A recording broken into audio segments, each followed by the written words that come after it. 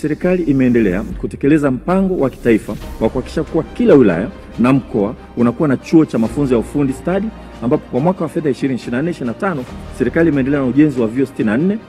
vya wilaya na kimoja cha mkoa wa Songwe. Ujenzi wa vyuo 63 umefikia wastani wa 45%, chuo cha mkoa wa Songwe 40% na chuo cha wilaya cha Mwino kimefikia 88%.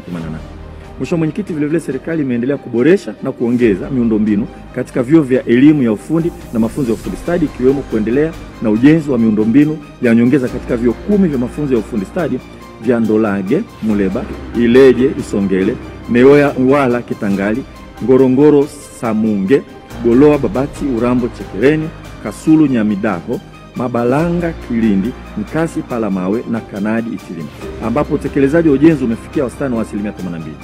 Pia imeendelea na ujenzi wa miundombinu katika vyuo vya ufundi na mafunzo ya ufundi stadi katika chuo cha Kigamboni, Kihonda, Nyamidaho, Urambo, Morogoro, Arusha, Karagwe, Busokelo, Makete na Namtumbo, ambapo ujenzi umefikia wastani wa 98.5%. Mheshimiwa Mwenyekiti, mafunzo kwa vitendo ni nyenzo ya kuandaa wahitimu wa vyuo vya elimu ya ufundi katika kupata uzoefu na ujuzi unaohitajika katika soko la ajira.